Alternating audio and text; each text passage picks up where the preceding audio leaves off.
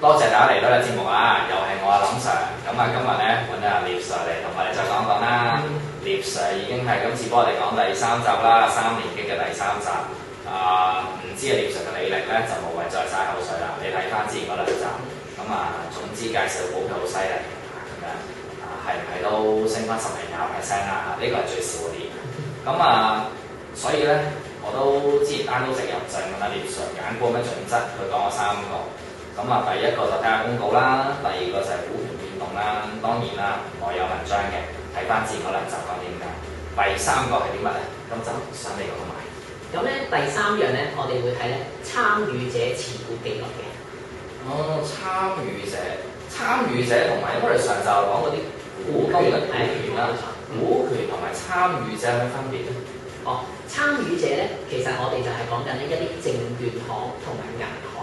佢到底揸咗呢隻股票幾多貨嘅？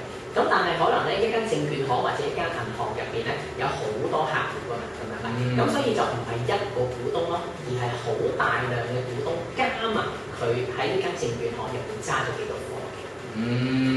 即係咁講如果我買一隻股票，我 through HSBC 網上理財買嘅，其實揸隻股票嗰個人係匯豐同埋 HSBC brokerage，就唔係我。咁其實睇當中又有咩玄機咧？嗰啲參與者記錄。逢親咧睇細價股嘅時候咧，我哋會嘗試追蹤一啲大戶嘅手型嘅。咁咧，如果嗰個參與者嘅持股係比較集中嘅時候咧，我哋咧就會可以做少少預測咧，嚟緊嗰啲大戶嘅部署會係點樣嘅。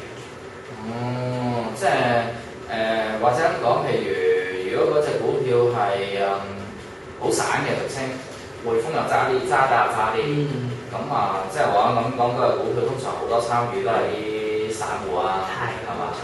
咁就其實嗰啲股票升嘅機會就，如果係一啲實力股咧，當然係冇問題啦。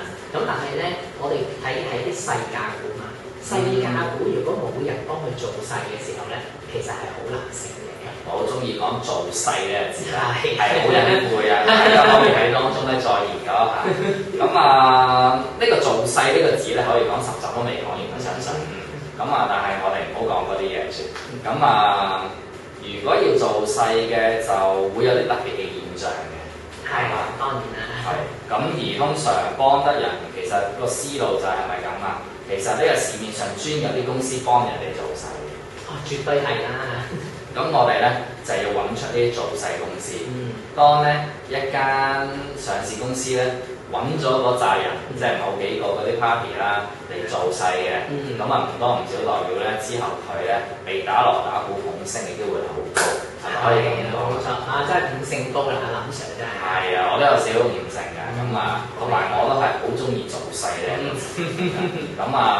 做完勢其實我覺得聶 Sir 去到堂上面都會教埋我哋點樣為一隻股票去勢嘅。去勢都好緊要噶嘛，有時咧唔一定升，跌都好緊要噶嘛，留意啦。大家如果想知道個勢係點樣演繹同埋點解釋咧，嚟我哋嘅聶 Sir 其實同我哋安排都講咗啦，有啲就係正常教序嚟嘅，就一次過約我4堂。當然嗰啲有收錢嘅，要講成幾萬10幾個鐘。我哋當然都有啲簡介課程，你可以留意翻，就一堂課就比較輕易一啲啦。嚟同我哋大家碰面都得。大家可以留意翻課程資料。1連3集咧講下聶 Sir 點揀股咧，講到呢個為止。多謝大家，亦都希望聶 Sir之後抽時間再上嚟。好，有機會再見嘅。有機會再見，拜拜。